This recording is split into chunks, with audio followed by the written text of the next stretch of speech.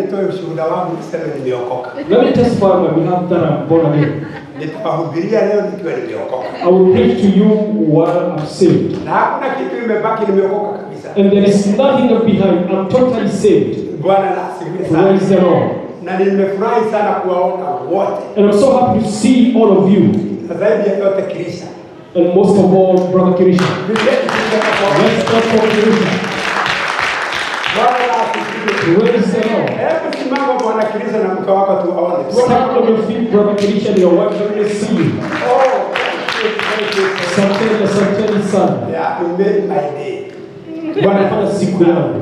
Unajua ni vizuri kupongeza watu kama hawa ambao walikuwa nyuma na wameenda mbele. It is good to appreciate these people such as these who are behind and now they are running in front of us. Hata mwalimu alikuwa anapongeza yule mtoto alikuwa anarudi nyuma. Even the teacher used to compliment them. Last kid anapita mtihani vizuri. If they perform well in the examination, mwalimu anampongeza sana. The teacher used to recommend them. Na hiyo ni kumotivate yeye ili aweze kuendelea. And it's to motivate them that they may press on. Hata mimi maana nimesimama. Pray for me, I'm still standing.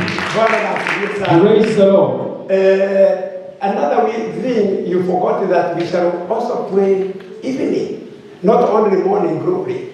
Jambo hilo tumesahau ya kwamba tuliomba hata jioni, si asubuhi tu. Hata jioni, siku hizo 5 tutakuwa tukiomba asubuhi na jioni. For 5 days we will be praying in the morning and not so in the evening. It is only exceptional Sunday. Ni Jumapili pekee. Maana tutakuwa wote kanisani. Because we shall all be here. Bwana na asifiwe. Praise the Lord. There is something I want us to be very clear to us today. Kuna jambo moja nataka kuliweka wazi kwetu sisi leo. That we want to go to part 2 of what we were saying last week. Ya kwamba tutaenda katika sehemu ya pili kwa mambo tuliyozungumza Jumapili iliyopita. It is all about doing what you are called to do. Ni kuhusu kutenda ama kufanya kazi uliyoitwa kuifanya. Amen. Amina. I want to remind us about Jeremiah when he started his ministry. Nataka tujikumbushe kuhusu Yeremia wakati alipoanza huduma yake. God told him, before you were formed in your mother's womb, I knew you and ordained you to be a prophet of Israel. Mungu akamwambia, kabla hujaumbika ndani ya tumboni kwa mama yako, na nikujua nikakutenga uwe nabii wa Israeli. This is not for Jeremiah alone, but it is for you and I who are here in this church today. Neno hili si la Yeremia peke yake, ila ni lako wewe nami, sisi ambao tuko kanisani siku ya leo. And the reason why we are saying about, or we are talking about, or emphasizing the point of praying and fasting, na sababu tunatia mkazo jambo la kufunga na kuomba, it is that we can realize or understand our calling. Ni ili tuweze kufahamu ama kujua mwito wetu. We cannot understand our calling unless we go deeper into the word of God. Hatuwezi kujua mwito wetu ila tunazama ndani katika neno la Mungu. We have to go deeper in prayer and fasting so that we may know more about ourselves and what God has put us to be in our time. Inatupasa kuzama ndani katika maombi ili tujue sisi wenyewe na yale Mungu ameweka ndani yetu. Therefore, that is why we have this point or agenda of fasting and praying. Na hiyo sababu tuna jambo hili la kufunga na kuomba. And I thought, because I am the one who came with this idea, I thought it is good for me to teach you last Sunday and continue with the part B of it today. Na kwa sababu mimi ndio nilikuja na hili wazo, nikaona ni vyema niwafunze sehemu ya kwanza, kisha leo tuendelee na sehemu ya pili. Amen. Amina. And we all arise and pray that God may touch our hearts today. Tunaanza luka wote, tafadhali tuombe Mungu aguse mioyo yetu siku ya leo. There was a song which was going on. I don't know whether you can remind me. Kuna wimbo ulikuwa ukiendelea sana kwa ndio tutaanza kukumbusha about usinipite Bwana. Usinipite. Can you read that a little bit? Usinipite Bwana. Usinipite.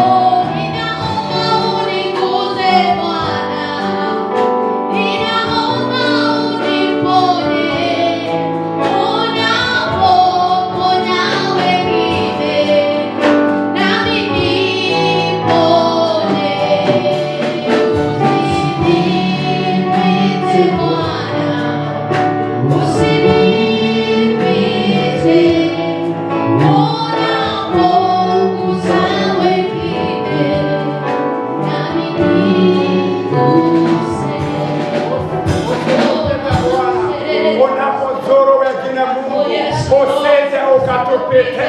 Hata sisi ambao tumesimama, unapoguza hawa ambao wataketi, hata sisi utuguze. Each one of us is in need of you, God. We pray that you touch us, my Father. Let us hear once more. God, come and visit us, oh God. Make a habitation in this church today. Take over and take control. We need to hear from you, Father. We belong to you, God. You are our Father, our God. We are your children. We humble before you, and we want to yield to your will. Let your will happen in this church. Let us not just speak, my Father, but you speak to each one. We pray this believing in Jesus' mighty name. Amen. Hallelujah. Hallelujah. Mama Chegani can sit down too. She was still standing. Praise the Lord. As I said, I want us to continue with our sermon. And the sermon of last week was about doing what we were called to do. And as we went through Esther chapter number 4, there was a point when Mordecai told Esther, do not refuse from standing for us before the king. Who knows you are in this situation or this place for a time like this. You know, Mordecai raised Esther. And she was being prompted to do exactly what Mordecai wanted him to do, step by step. And even Mordecai did not know what will happen in the future. But according to what we had last week, Na kulingana na vile tulivyosikia juma lililopita, it came a time when now Jews were to be annihilated or killed, all of them, in that kingdom. ikafikia wakati Wayahudi walikuwa wamalizwe katika ufalme ule. That enmity came from Haman, Wadui huu ulitokana naye Hamani, whom Mordecai did not bow or worship as he wanted Mordecai to do. ambaye Mordekai hakusujudu kama vile Hamani alivyotarajia. And therefore Haman had a plan for them to be killed in a certain day. Kwa hivyo Hamani akapanga mpango Wayahudi wamalizwe siku moja. And the person who knew very well about this was Mordecai, who was outside the kingdom of that king or that prince. Na mtu aliyejua mpango huu ni Mordekai ambaye aliketi malangoni mwa mfalme.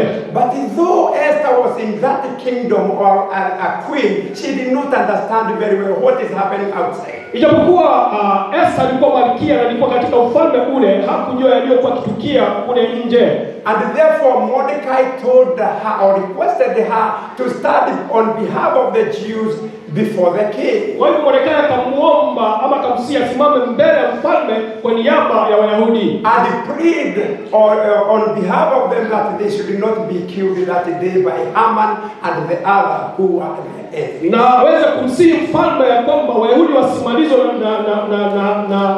na Hamani na wengine wote. So what we are going to hear today is the continuation of what we had last week. Yale tukasikia siku ya leo ni kuendeleza kwa mambo tuliyosikia juma lililopita. But before we continue, I want us to read another reading. Na kabla tukiendelea nataka tusome somo lingine. And it is coming from the first Samuel. Na itatoka Samueli wa kwanza. Chapter number 17 mlango wa 17 and from number 23. na kuanzia mstari wa 23. So chapter number 17 of 1 Samuel verse number 23. Samueli wa kwanza mlango wa 17 mstari wa 23. And I'm going to read. Na atasoma. Then as he talked with them, there was the champion, the Philistine of Goliath by name, coming up from the armies of the Philistines, and he spoke according to the same words. So David heard them. And all the men of Israel, when they saw the man, fled from him, and were dreadfully afraid. So the men of Israel said, have you seen this man who has come up? Surely he has come up to defy Israel and to divide Israel. And it shall be that the man who kills him, the king will enrich with the great riches. We will give him his daughter and give his father's house exemption from taxes in Israel. Then David spoke to the men who stood by him, saying, that time David had gone to bring food to his brothers who were in the battle. So that you can understand where we are. Then David spoke to the men who stood by him, saying, what shall be done for the man who kills this Philistine and takes away the reproach from Israel? For who is this uncircumcised Philistine that he should defy the armies of the living God?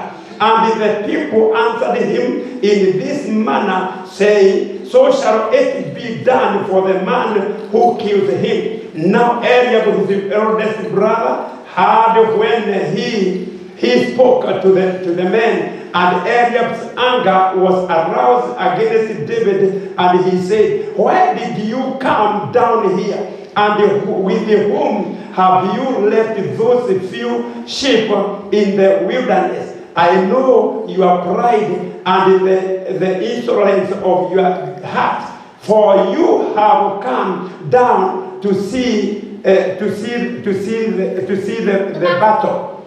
And David said, what have I done now? Is there not a cause? Then he turned from him toward another and said the same thing. And these people answered him as the first ones did. Now when the words which David spoke were heard, they reported them to Saul, and he sent for him. Then David said to Saul, let no man's heart fail because of him. Your servant will go and fight with this Philistine. Can you say it in Swahili, verse number 32?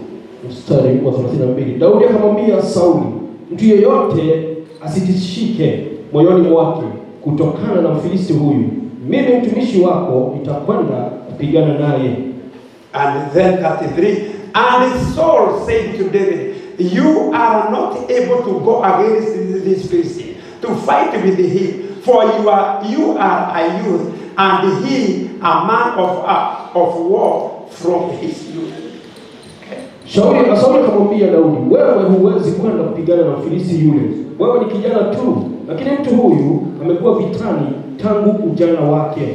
But David said to Saul, your servant used to keep his father's sheep, and when a lion or a bear came and took a ram out of the flock, I went out after it and struck it and delivered the lamb from its mouth. And when it arose against me, I caught it by its head and struck and killed it.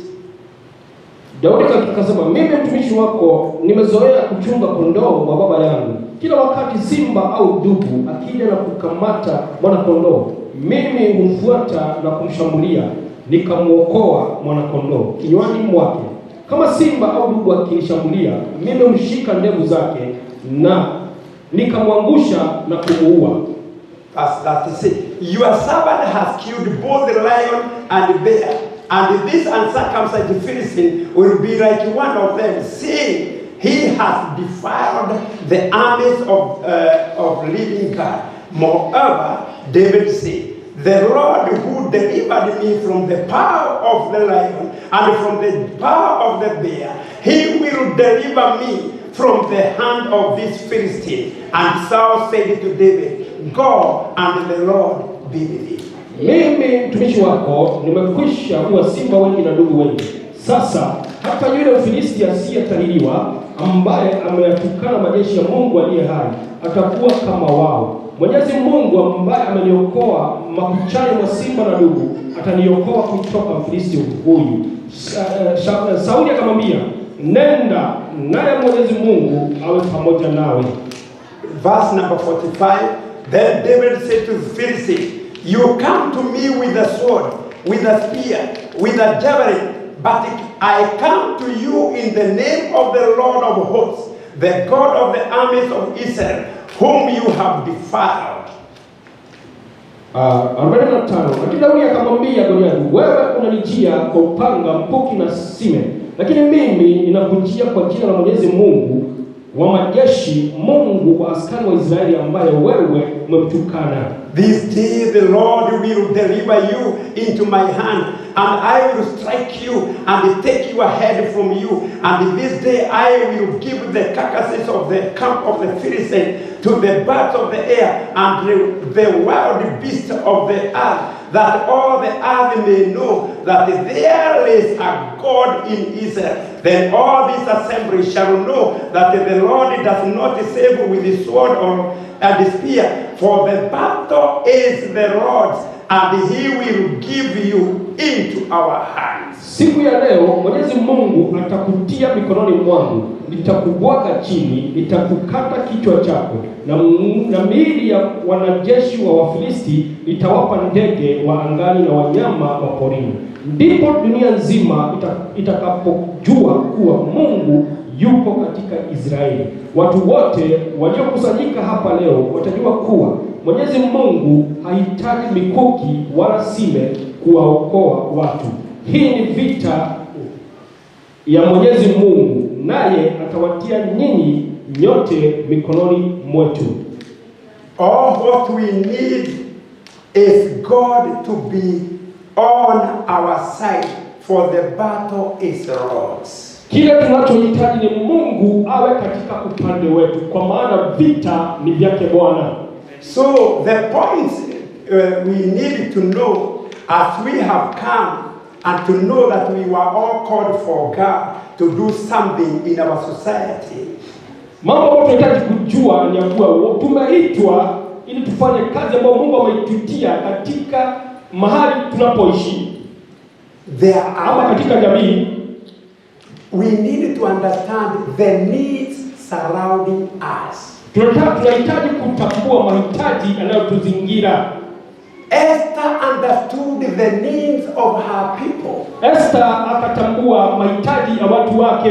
It was a very serious case that time because even if others were killed, even herself could be killed. Ilikuwa ni hali ya kutisha sana kwa sababu yeye angeuliwa na wengine pia wangeuliwa.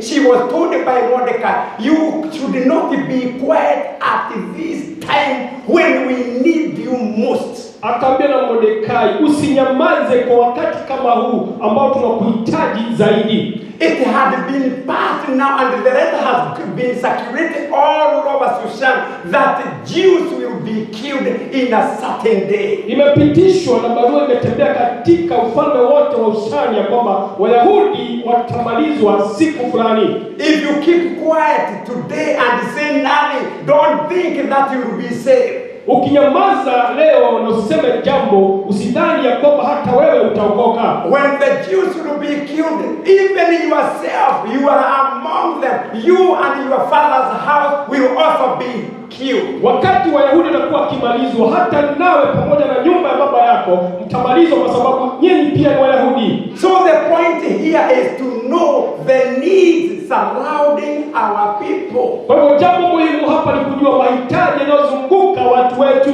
What is the need in your family? Je, hitaji gani liko katika familia yako? So that you can step in for your family. Ili uweze kuingia na kusimama kwa niaba ya familia yako. What is the need of this church today? Ni hitaji gani la kanisa hili leo? So that you can step in for our church. Ili uweze kuingia kwa niaba ya kanisa letu. What is the need of our nation today as we are here in America? Je, ni hitaji gani kwa taifa hili letu kwa sababu tuko hapa Marekani? So that you can step in for America. Ili uweze kuingia na kusimama kwa niaba ya Marekani. If Esther could stand for the whole nation, kama Esther angesimama kwa niaba ya taifa nzima, you have a position in your family. Una sehemu kwa familia yako. You have a position in the church. Una sehemu hapa kanisani. You have a position in the whole world. Una nafasi kama una sehemu kwa not only America, the whole world. Si Marekani pekee lakini duniani nzima. Because remember you are called to be a leader of nations. Kumbuka umeitwa ili uwe kiongozi wa mataifa. Because who is in you today? Kwa sababu nani aliye ndani yako leo? It is God, the most high God is in your life. Ni Mungu aliye juu zaidi aliye katika maisha yako. He is involved in whatever you undertake each and every day. Anahusika kwa mambo unayotenda siku baada ya nyingine. You are not just another man or another person. Wewe si mtu wa kawaida. You are a special person, individual. Wewe ni mtu muhimu sana. Because the Spirit of God lives in you. Kwa sababu Roho wa Mungu anaishi ndani yako. You are the one to take step on behalf of others. Wewe uchukue hatua kwa niaba ya wengine. Maybe there is some gift God has given you. Labda kuna talanta ambazo Mungu amekutunikia. And remember, these gifts were not given today or they are not given today. Nakumbuka talanta hizo hazijapeanwa leo. When you are born with those gifting in your life. Ulipozaliwa na talanta hizi katika maisha yako. There is what you are so much better off than others. Kuna kile ambacho wewe unakielewa zaidi kuliko wengine. And nobody in this church today was called for nothing. Na hakuna yeyote kanisani humu aliyeitwa kutofanya chochote. Everybody who is seated today and hearing my voice today, I am telling you, you are called for something. Kila mtu ambaye ameketi na unasikia sauti yangu na waambieni umeitwa kufanya jambo. You are called for something bigger than what you think. Umeitwa kwa sababu ya kitu zaidi ya vile unavyodhania. And the reason why we are putting you and I in a position of prayers and fasting every Kwa month, sababu tunakuweka wewe pamoja nami katika nafasi ya kuomba kila mwezi, so that if God may reveal to you who you are ni ili Mungu ajidhihirishe kwako wewe ni nani and what God needs you to do. na kile Mungu anataka wewe utende. As we had last week, Esther did not know that she is the one to save the whole nation. Kama tulivyosikia juma lililopita, Esther hakujua ni yeye aliyekuwa aliokoe taifa nzima. She just thought that she is just a queen and that's it. Alidhania yeye ni malkia tu na kazi inaisha.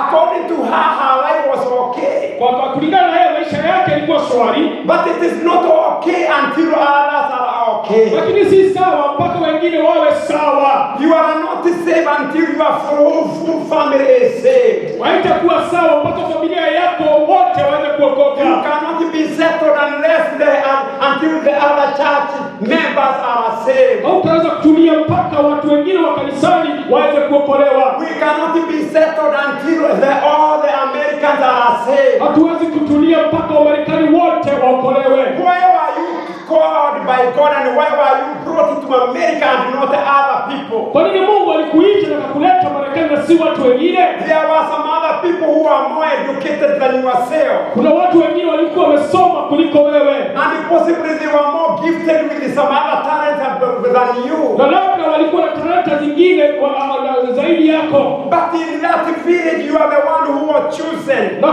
katika kijiji hicho wewe ndio uliyechaguliwa. You are the only one who was chosen in that area. Wewe ndio pekee uliyechaguliwa katika mahali hapo. Even in your family, there were people who are more talented than you. Hata katika familia yako na watu waliokuwa na vipawa zaidi yako. But look behind and see that they are just there where you left them. Lakini tazama nyuma uone wako mahali uliko waacha. You alone, God brought you. Wewe pekee Mungu akakuleta. I want to tell you 4-point blank that you are called and brought here for some reason. Nataka kuambia kwa kinaganaga kwamba uliletwa hapa kwa kusudi. When David came to the battle, Wakati Daudi alikuja vitani, he came to bring some food for his brother. alikuja kuwaletea ndugu zake chakula. But you have heard his brothers were against him. Lakini umesikia ndugu zake walikuwa kinyume chake. And then to answer them, Na yeye kwa kuwajibu, he was telling them, alikuwa akiwaambia, why are you bothering me all that much? kwa nini mwanishutumu hivi? Does it mean there is no cause?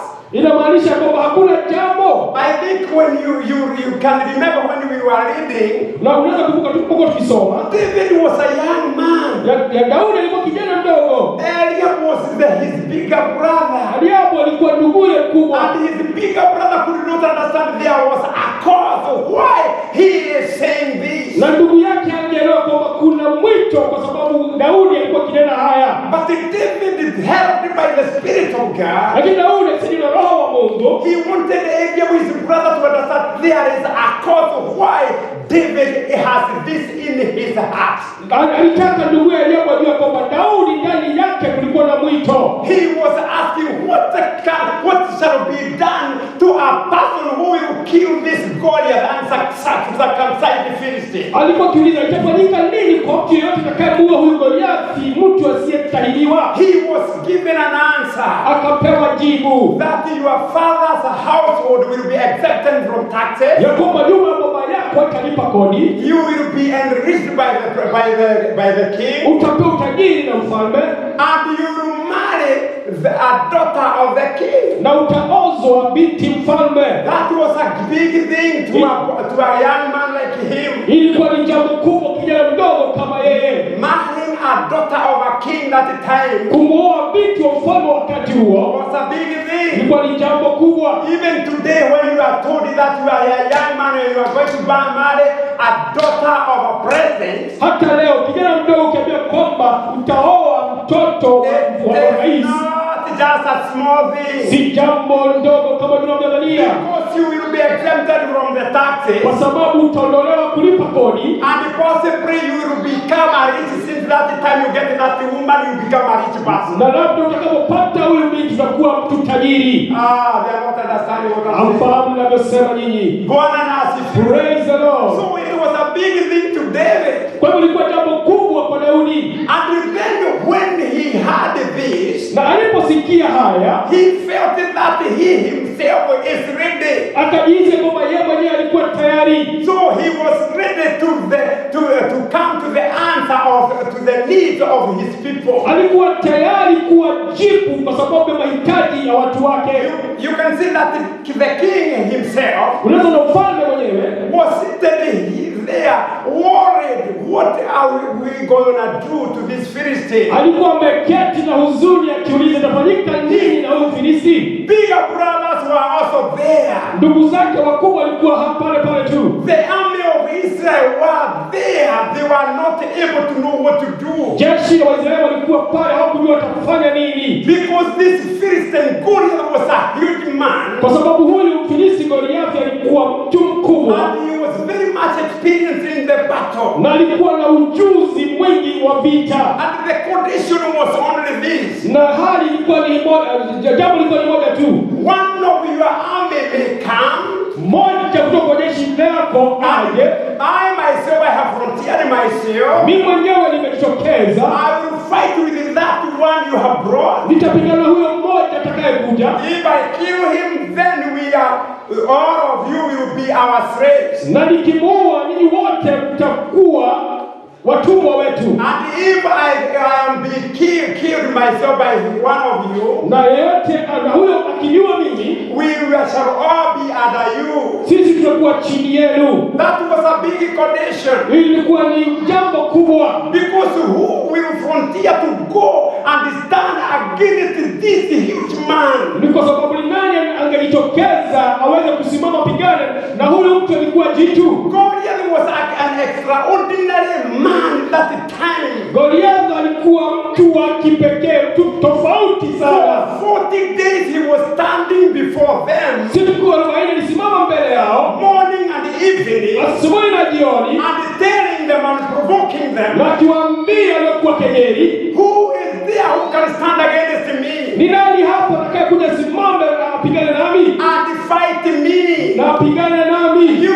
people or you army of Israel. Ninyi watu wanajeshi wa Israeli. You say that you pray that God. Unasema mnamuomba huyo Mungu. And your God can help you. Na ati kwamba Mungu wenu ndiye kuwasaidia. The one who worship the true God. Ninyi ndio mnaabudu Mungu wa kweli. With your true God, come now and fight us. Je, Mungu wenu wa kweli anakuja na pigane nasi sasa? We have our God, you have your God. Tuko na Mungu wetu, nyinyi mna Mungu wenu. Come with the help of your God. Kujeni na usaidizi wa Mungu wenu. Come against you with the help of our God. Tutakuja nani na Mungu wetu. And we shall fight you. Na tutapigana nani. And whoever be defeated, na yeyote atakayeshinda, will be under the one who have won the battle. Atakuwa chini ya yule ambaye ameshinda vita. That was being said every morning and every evening. Hili lilisemekana kila asubuhi na kila jioni. Amen. That is why we are praying in the morning.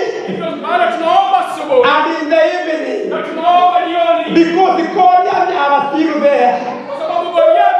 Hallelujah. Hallelujah. Goliath are still there. Goliath wangali wako. In the morning Goliath stands. Asubuhi Goliath anasimama. Amen. Amina. Against your husband. Kinyume cha mumeo. Against your wife. Kinyume cha mkeo. Against your children. Kinyume cha watoto wako. Morning and evening. Asubuhi na jioni. We have to pray morning. Lazima tuombe asubuhi. And in the evening. Na pia jioni. Amen.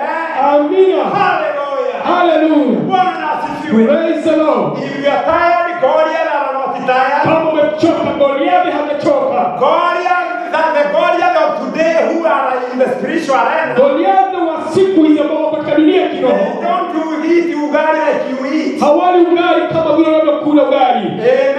Amina. They don't sleep like you sleep. Hawalali kama unavyolala. Amen. Amina. I love sleeping myself. Napenda kulala mimi mwenyewe. Amen. Amina. I'm not saying it is only even myself I love sleeping. Sisemi hata mwenyewe napenda kulala. But this year, Lakini mwaka huu, because there are demons still standing against me, kwa sababu kuna mapepo ambao wanasimama kinyume changu, I decided this year nikaamua mwaka huu I'm gonna fight the demons. nitapigana na hao mapepo. Amen. Amina. And I believe Ninaamini the power God has bestowed upon my life. nguvu ambazo Mungu ameweka ndani ya maisha yangu, I will win my my battles. Nitashinda vita vyangu. Amen. Amina. The person I asked to assist me Mtu ambaye nimemuomba nisaidie is my wife. ni mke wangu. Bwana asifiwe. Praise the Lord. And I thank God because when the phone rings, Na nashukuru Mungu sababu simu ikilia, by 6 she is the number one to sina shaka yeye ndio wa kwanza kutoka kitandani. Bwana asifiwe. Praise the Lord. And I hear her pray. Na namsikia akiomba. Bwana asifiwe. Praise the Lord. And now she encouraged me. Mpigieni Na makofi. sasa naye nitia nguvu. Let's clap for her. Hallelujah. Hallelujah. Let me pray together. Bwana tunaomba pamoja. Amen. Amina. We pray for you people. Tunaombea nyinyi watu. We pray for our children. Tunaombea watoto wetu. And we pray for ourselves. Na tunajiombea sisi There wenyewe. are some things I pray for myself Na kuna mambo naombea mimi mwenyewe without her hearing. pasipo yeye kusikia. Amen. Amina. Oh, hallelujah. Hallelujah. Men who are here, everybody raise your hand. Wanaume mlio hapa nyweni mikono yenu. There are some things you need to talk to God without them listening. Kuna mambo unapaswa kumwambia Mungu pasipowahi kusikia. What are you going to pray? Amen. Kila mtu anajua mzigo wake. You know your body. Hallelujah. Hallelujah. Bwana asifiwe. Praise the Lord. You women who are here, Enyi wanawake mlio there hapa. are things you need to pray Kuna mambo unapaswa kuyaombea without your husband hearing. pasipo bwana zenu kusikia. They can turn out to be like a lion. Wanaweza geuka kuwa kama simba. They can turn around to be like a bear. Wanaweza geuka wawe kama dubu. Hallelujah. Hallelujah. You need to pray for them. Inapaswa uombee For a man to be tempted to be a good husband, ili mwanaume awe bwana and mzuri. it needs the heart of God. Inahitaji mkono wa Mungu. These are small animals. Ni wanyama wadogo. Hallelujah. Hallelujah. And you know what they say? Na unajua yale wanayosema They were fasted to be created by God. walikuwa ni wa kwanza kuumbwa na Mwenyezi Mungu. If they start bringing their rights before you, Wakianza kuleta haki zako mbele I yako, don't know whether you'll be able to make it. sijui kama utafaulu. You need the heart of God. Unahitaji mkono wa Mungu. Hallelujah. Hallelujah. Even God to have tempted somebody like Keheko, he took the heart of God. Hata yeye kutuliza mtu kama Keheko alihitaji mkono wa Mungu. Bwana asifiwe. Praise the Lord. So David also understood the needs of his people. Daudi akafahamu mahitaji ya watu wake. So therefore we need to be get in touch with our people and know their needs. Kwa hivyo tunapaswa kushikamana na watu wetu ili tujue mahitaji yao. We need to know, Pastor Doreen, what is the needs of these people. Tunahitaji kujua kasisi ni mahitaji gani yako na watu. And that is why we are giving you time to for testimony. Na hiyo sababu tunapatia nafasi ya kushuhudia. You know, here in America, people they like to hide some things. They are not open. Wajua hapa Marekani watu wanapenda kuficha mambo mengine, hawako wazi. But please open your heart. Lakini tafadhali fungueni mioyo yenu. Let the people know you. Wacha watu wakujue. Furthermore, what are you hiding? Lakini zaidi ya yote tunaficha nini? Hallelujah. Hallelujah. Let us have fellowship with one another. Wacha tunashirika mmoja na mwingine. Let us know each other. Wacha tujuane mmoja na mwingine. So that we can pray for each other. Ili tuweze kuombeana mmoja na Don't mwingine. hide your problem. Usifiche shida zako. Even if you are not going to announce it to the public, Hata kama hutawatangazia umati, your closest friends know. wacha rafiki wako karibu ajue. Have somebody who can be a prayer partner. Kuwa na mtu ambaye kuwa rafiki wa kuomba naye. Who can be praying for you. Ambaye anaweza kuwa akikuombea. So number one is that you have to know the needs of your people surrounding you. Jambo la kwanza ni ya kwamba unapaswa kujua shida za watu ambao wamekuzunguka. Number two, you must look for the opportunity before you. Na jambo la pili kwamba unapaswa kutafuta nafasi ndani yako. Mordecai did much spotting the areas where Esther needed to step in. Mordecai alifanya zaidi kujua nafasi Esther alipaswa kuingia. And Mordecai felt in his heart that this is the life opportunity to fight for the Lord's army. Verse number 26 if you read. Na Mordecai akajua huu ndio wakati mwafaka wa kupigana kwa sababu ya jeshi la Bwana. Na mstari wa 26. Verse number 26 the Bible says. Mstari wa 26 16 Biblia inasema, then David spoke to the men who stood by him, saying, what shall be done for the man who kills this Philistine and takes away the reproach from Israel? For who is this uncircumcised Philistine, but he should defy the armies of the living God? Daudi akauliza wale waliokuwa karibu naye, je, mtu atakayemuua Mfilisti huyu na kuikomboa Israeli kutokana na aibu hii atafanyiwa nini? Ni nani huyu Mfilisti, mtu asiyetahiriwa, anayedhubutu kuyatukana majeshi ya Mungu aliye hai? So David himself felt in his heart, Daudi mwenyewe akasikia ndani ya moyo wake, that this is the right time for him to step in. Akajua kwamba huu ndio wakati mwafaka wake yeye aweze kuingia. Therefore there is a moment whereby you have to step in, and if you fail to step in, that opportunity will go away. Kwa hivyo kuna wakati unajisikia kwamba ni wakati mwafaka wa kuingilia, na ukikosa kuingilia wakati huo, nafasi hiyo inaondoka. Those who walk by the Spirit can understand what I'm talking about. Wale wanatembea katika roho wanaweza jua anazungumza kuhusu nini, because the Spirit of God will prompt you, kwa sababu roho wa Mungu atakusukuma to pray for a certain thing. kuombea jambo fulani. You feel that you have a burden in your spirit. Unasikia kwamba kuna mzigo ndani ya moyo wako. That is an opportunity God has given you. Hii ni nafasi ambayo Mungu amekupatia. That you step in and pray for that individual or that family or the church or anything. Yakobo ingilie kati, uombee huyu mtu, uombee kanisa ama jambo lingine lile. And at least maybe God will direct you into what you need to do. Na labda Mungu atakuelekeza kufanya yale ambayo unapaswa kufanya. So as we continue to seek the will of God and know what we are called to do and do it, tukiendelea kutafuta mapenzi ya Bwana na kujua mwito ambao tulioitwa na tuweza kutimiza, another thing we need to know is the opportunity before us. Jambo lingine kujua ni nafasi iliyo mbele yetu. So God will open an opportunity for you to do something. Mungu anafungua nafasi ili uweze kufanya jambo. But it is not possible for God to come and let you know this thing if you are not a prayer person. Na itawezekana Mungu aweze kuja mwenyewe. Wacha nikwambie hili jambo, kama huwezi kuelewa kama si mtu mwombaji. That is why we are saying that it is good for us to keep on praying. Na hiyo sababu tunasema ama kusisitiza kwamba ni vizuri tuendelee kuomba, so that our spirit and our mind be aligned with the will of God. Ili nafsi zetu na mawazo yetu yaweze kuwa yameshikamana na mapenzi ya Mungu. You remember another time I told you about Abraham, who was a friend of God. Kumbuka kwa nini nielezea kuhusu Abrahamu, alikuwa rafiki wa Mungu. God said, how can I hide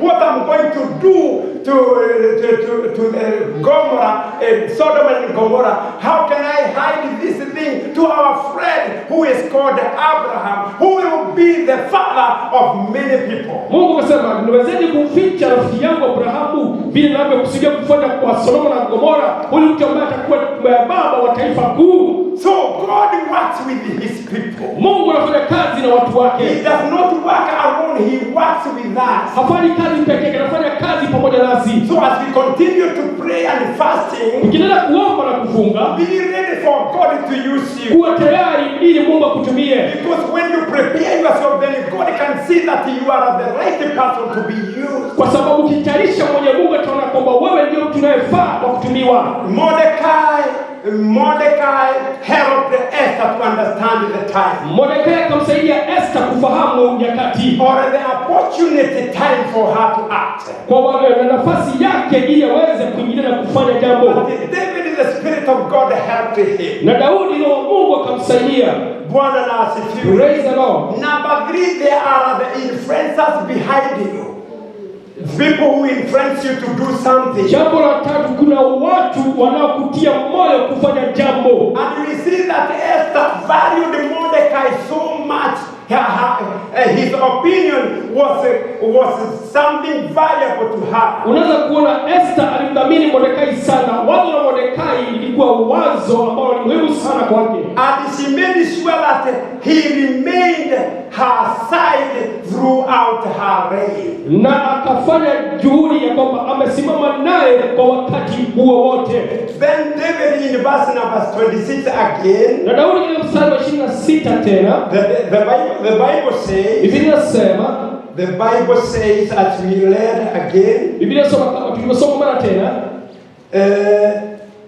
Then David spoke to the men who stood by him, saying, "What shall be done for the man who kills this Philistine and takes away the reproach from Israel?" Daudi kawauliza wale waliokuwa karibu naye, je, mtu atakayemuua Mfilisti huyu na kuikomboa Israeli kutokana na aibu hii atafanyiwa nini? And in verse number 26, 25, if I go up there, the Bible says, na mstari 25 ukienda hapo juu, Biblia inasema, the man of Israel said, "Have you seen this man who has come up? Surely he has come to defy Israel, and it shall be that the man who kills him, the king will enrich with great riches, will give him his daughter, and give his father's house exemption from taxes in Israel." Waliambiana, je, mwamuona yule mtu aliyejitokeza? Ama kweli amejitokeza kuwakejeli wa Israeli? Mfalme Sauli atampa mtu yeyote atakayemuua mtu huyu utajiri mwingi, zaidi ya yote atamuoza binti yake. Tena watu wa jamaa ya baba yake watakuwa huru, hawatalipa kodi. And this thing influenced David so much to act upon what was before him. Na jambo hili likamsukuma Daudi sana kufanya vile alivyofanya. I want you to put yourself in the shoes of David. Nataka ujiweke katika viatu vya Daudi. He was just a shepherd. Alikuwa tu ni mchungaji. Now he has come to the battle. Sasa amekuja vitani. And have heard what Goliath is saying. Na amesikia yale Goliath anayosema. Defying the armies of the Lord. Akiwakejeli jeshi la Mungu. And this man David is full of the Holy Spirit. Na huyu kijana Daudi amejawa na Roho Mtakatifu. Now these men are telling David what the king will do to this man. Na sasa hawa watu walikuwa kumwambia Daudi vile mfalme atakavyofanya kwa mtu atakayemuua Goliath. Amen. Amina. And even you yourself today. Na hata nawe siku ya leo. There are people who influences you. Kuna watu wanakutia moyo. Possibly it is your wife. Labda ni mkeo. Or your husband. Labda ni mumeo. Or your children. Ama watoto wako. Or your parents. Ama wazazi wako. Or a pastor like me. I am now influencing you. Ama mchungaji kama mimi hata sasa nakutia moyo. Amen. Amina. I am standing here to influence you. Nimesimama hapa kukutia changamoto, kutia moyo. Amen. Amina. When we stand here as our speakers, nikisimama hapa kama mnenaji wenu, we give out our testimony. Tunawatolea shuhuda zetu. What we have walked with this God.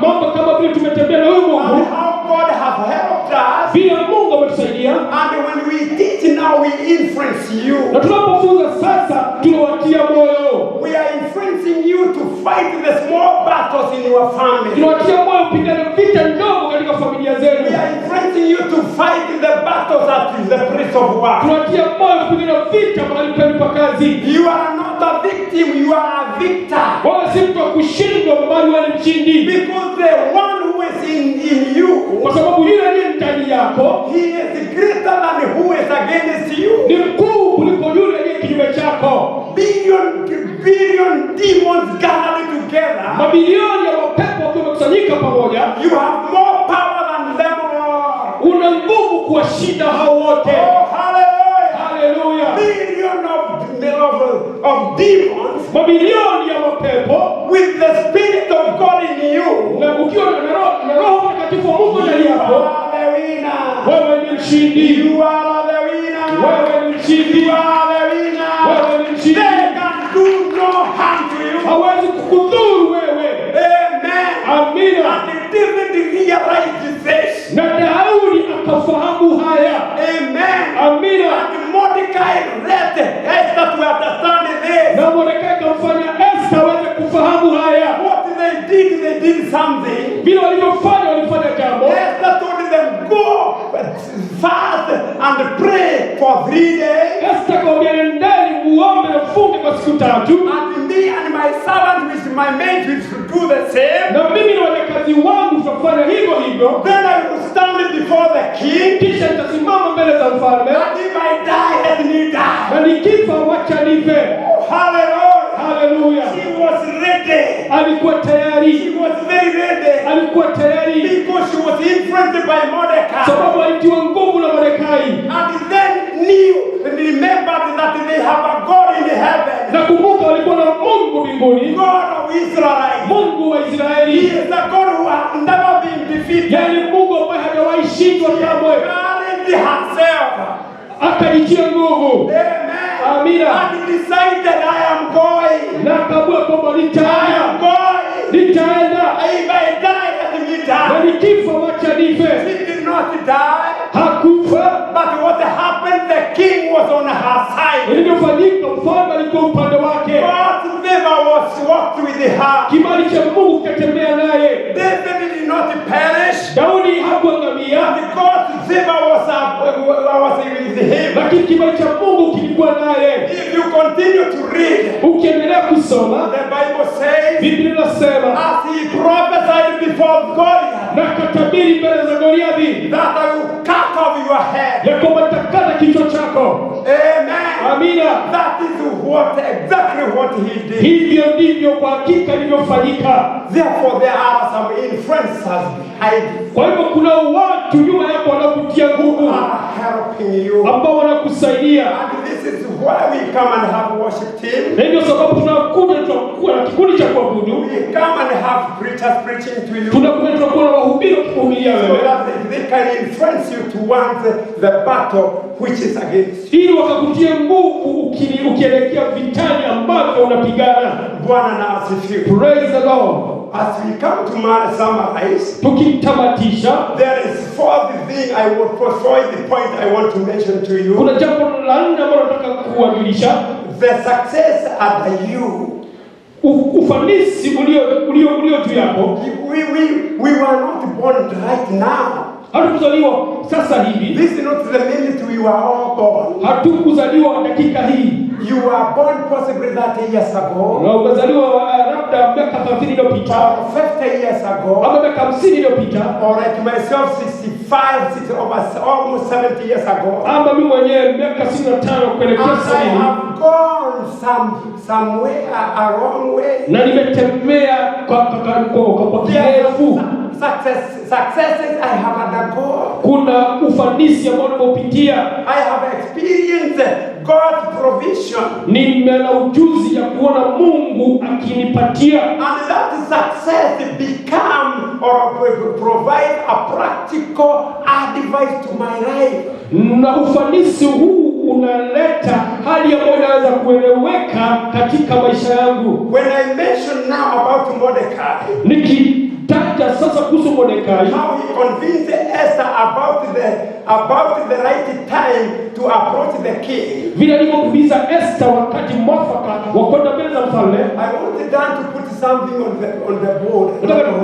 Jana unaweza kupeperusha kitu hapa ubao. Bwana na asifiwe. Praise the Lord. Success in that incident gives her confidence for the future. Ufanisi kwa wakati huo ulipatia ujasiri kwa siku za usoni. And you yourself, there are some successes you have gone through. Na wewe mwenyewe kuna baadhi ya ufanisi umepitia. And these successes can give you the confidence of what is at hand that time. Na ujasiri huu na ufanisi unaweza kupatia ujasiri kwa mambo unayokumbana nayo wakati huo. Bwana na asifiwe. Praise the Lord. I want to remind Mama Shaka because she might have forgotten. Nataka kukumbusha mama chake labda amesahau. Hallelujah. Hallelujah. You can spot me somewhere there. Unaweza niona mahali pale. Amina. The next guy is my co-pastor. We were ordained together. He is called Peter Nganga Wamshui. Mtu mwingine alisoma nami ni mchungaji mwenzangu tulio wako pamoja aitwa Peter vile Wamshui. And if you see very clearly, you can see Peter and myself. We are the only two people who looks like they know what it is. Na unaweza ona mimi na Peter ni kama sisi pekee yetu ndio tunajua tunafanya nini. Don't you know when I Just look at them. But then look at the community surrounding me. Tazama watu ambao wametuzingira. Those were my best friends. Hao walikuwa marafiki wangu wa jadi. Whom we used to live with. Ambao tuliishi nao. I was among them. Nilikuwa katikati yao. Mama Shege, the one you see here, so beautiful woman. Mama Shege yule mwana hapa mwanamke aliyebeba. Like them. Alikuwa tu kama wao. Wearing clothes like them. Akivalia nguo kama wao. And even the shoes was a difficult thing. Hata viatu vilikuwa ni shida kupata. And if she has to wear a shoe, it is the rubber. You know what you call it? What do you call those? Batangoma. Batangoma. Batagoma. Viatu aina hiyo. The shoes like those, just iron shoes. Where I received Christ was that small church you see there. Mahali pokea Kristo ni kanisa hilo ndogo unaloliona. Naona hiyo kanisa ya bao. Kanisa ile kando ambao ni ambao. Nilienda kupeleka Jona akabatizwa. That was 1990. I brought my son to be baptized 1990. He was my dear son. I raised him. I was the one who was feeding him all the time. Alikuwa kijana nilipenda sana, nilimlea, nilikuwa nikimpa chakula wakati mwingine. So when I was told that he is going to be baptized, I said, "Oh, let me go." Niliposikia kwamba naenda kubatizwa nikasema, wacha niende. And when I went there, I went with the sanitary. Na nilipoenda pale nilikuwa na champali. Hallelujah. Jehova ni mwema. Wewe Yehova ni mwema. Hallelujah. Hallelujah. This is the church I was. Hili ni kanisa lililokuwa. I entered that door. Nikaingia mlango huo. And I stayed in the left side. Nikakaa kwa upande kushoto. There in front of Reverend Kemo was preaching. Na pale mbele askofu kasisi Kemo alikuwa akihubiri. And some big bad people more than me got saved. Na watu wabaya kuliko mimi wakaokoka. I started complaining to God. Nikaanza kuwa How are you taking even this? Some of them are big prostitutes. Je, unaokoa hawa na wengine ni makahaba wakubwa? How are you taking them and you are leaving me? Kwa nini unawachukua na unaniacha mimi? That is the time God called me. Huu ndio wakati Mungu aliniita. And I heard the voice of God. Nikasikia sauti ya Mungu. I said yes to Jesus. Nikasema ndio kwa Yesu. That was April 1990. Ilikuwa ni Aprili. I started the journey with my God. Nikaanza safari ya Mungu. Hallelujah. I am talking about the successes of the experience you have gone through. Nazungumza kuhusu ufanisi ambao ulipopitia. Amen. Amina. And from that time, Na kuanzia wakati I huo became the chairman of that small church. nikakuwa mwenyekiti wa kanisa ndogo. We bought the chairs of the hardwood. Tukanunua viti vya kanisa. I was the one paying the salary for the pastors. Mimi nilikuwa kuwalipa wachungaji mshahara. I stood as a good chairman of that church. Nikawa mwenyekiti mzuri wa kanisa hilo. Amen. Amina. We paid all our quarters. What are we calling them? The quarters which the assets which we were being given by Anglican Church. Tukalipa pesa zote tuliokuwa tumeamrishwa kulipa na kanisa la Kianglikani. Now the big church you see there. Sasa kanisa kubwa unaliona pale I nawe. participated building that church. Nilihusika kulitengeneza hizo kanisa. Because I wanted to keep the history moving. Sababu nilitaka kuweka historia ikiendelea. From that small church where I received Christ. Kwa kanisa hilo ndogo pale pokea Kristo. And now they are building a stone house. Na sasa kanisa la mawe. I helped to build that church. Nikawasaidia kujenga hilo kanisa. Amen.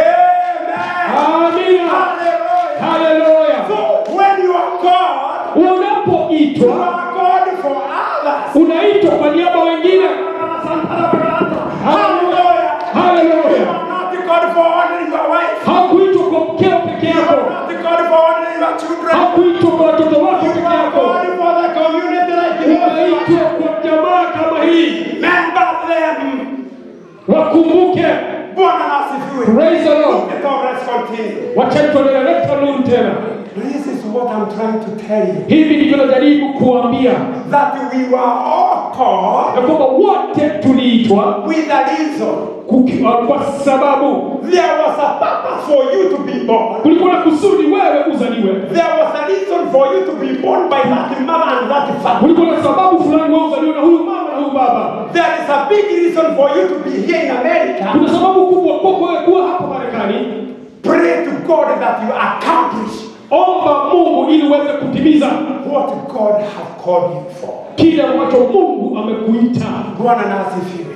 Praise the Lord. So the experience you go through, Kwa hivyo ujuzi unaopata katika njiani, it is a practical thing for you to understand. ni jambo halisi lako uweze kulifahamu Why you are called. ya kwamba umeitwa. David said, Daudi akasema, I have killed a lion. nimemuua simba I have killed a bear. na nimemuua dubu. Who is this uncircumcised Philistine? Ni nani huyu Mfilisti You asiyetahiriwa? can be one of the lion or one of the bear. Unaweza kuwa mmoja wa simba ama I dubu. have killed them with my own hands. Nimewaua kwa mikono yangu hii, And because God is with me, na kwa sababu Mungu yuko pamoja I'm nami, going to kill even Goliath. nitamua hata Goliathi. And he prophesied to Goliath, I'm going to cut off your head. Na akamtabiria Goliathi kwamba nitakata kichwa chako. And today, Na leo the army of the Philistines assembly will know na jeshi la Wafilisti watajua that God does not use javelin or what you are talking about. It is God himself. na kwamba Mungu haokoi kwa mkuki wa mpira, lakini ni Mungu mwenyewe, The battle is not ours. kwa sababu vita si vyetu, It is Lord's battle. vita ni vya Bwana. The good things with us today, Jambo zuri kwetu sisi we are leo, not fighting with the javelin like this guy, hatupigani kwa mkuki kama hao watu, but we are fighting with God, with the help of our God. tunapigana na msaada wa Mungu wetu. And finally, point number Na 5, mwisho, jambo la 5, the courage within you. ujasiri ulio ndani yako. You have the courage Uko na ujasiri in your heart. ndani ya moyo wako. Esther demonstrated tremendous courage time after time. Esther akaonyesha ujasiri ulio ndani yake mara kwa mara. It took great heart to stand before the king. Alihitajika moyo kusimama mbele ya mfalme. But as she continued to stand before him, Na alipoendelea kusimama mbele zake, she went on gaining favor. akaendelea kupata kibali, And finally, na mwishowe the king was asking advice from the queen. mfalme alikuwa akimuuliza ushauri Malkia. Amen. Amina. But a long journey has to start with one step. Lakini safari ndefu lazima ianze kwa hatua moja. So you and I, let us not stand. Kwa hivyo mimi nawe tusimame tu, Take a step. wacha tuchukue hatua. That the person who have never heard about Jesus in your workplace. Ni nani huyu mtu ambaye anasikia kuhusu Yesu mahali pa kazi? Who is that in your family who have never heard about the goodness of God in your Ni family? nani huyu katika familia yako ambaye anasikia uzuri wa Mungu? Who is that neighbor who have not known whether you are a Christian or what? Ni nani huyu jirani ambaye hajui ya kwamba kama ni Mkristo ama kitu fulani? He doesn't know whether you are a Muslim or a Buddhist or whoever. Hawajui kama ni Muislamu ama wewe ni Mbudhi. That